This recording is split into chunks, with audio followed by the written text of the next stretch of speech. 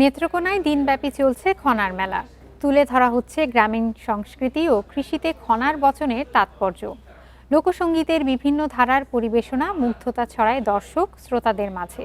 দৈনন্দিন কার্যকলাপ, আচার অনুষ্ঠান, কৃষি সংস্কৃতি, সমাজের সংস্কার ও বিশ্বাস নিয়ে খনার বচন তুলে ধরা হয় নতুন প্রজন্মের কাছে। চৈত্র সংক্রান্তির দিন সূর্যোদয়ের সময় উদ্বোধন করা হয় খনার মেলা। নেত্রকোনার কেন্দুয়ার নিভৃত গ্রাম আঙ্গারোয়ায় আয়োজন করা হয় এই মেলার, যেখানে গানে গানে তুলে ধরা হয় গ্রামীণ সংস্কৃতি ও কৃষিতে খনার বচনের তাৎপর্য।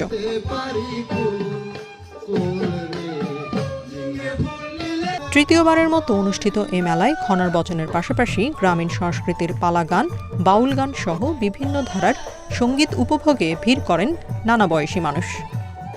মানুষের সাথে মানুষের দেখা হওয়া, নিজের সাথে নিজের দেখা হওয়ার জন্য, নিজের সাথে নিজের কথা হওয়ার জন্য। আর খনা তো আমাদের ভাস্কর্য, স্থান, কাল এবং ব্যক্তি সবকিছু নির্ভর করেছে কিভাবে খনাকে আমরা বিশ্লেষণ করি। মেলা প্রাঙ্গণে চলছে কৃষির নানা উপকরণের প্রদর্শনী। পরিবেশের কথা বিবেচনা করে মেলা প্রাঙ্গণে প্লাস্টিক সামগ্রী নিষিদ্ধ করেছেন আয়োজকরা। একটি শক্তি হিসাবে খনাকে সামনে আনাটা খুবই প্রয়োজন।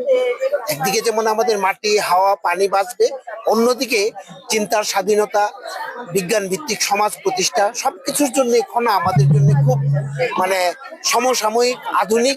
রাতভর লোকগান পরিবেশনার পর নববর্ষের সূর্যোদয়ে ভোরের হাওয়ায় শেষ হবে এই মেলা। Independent news.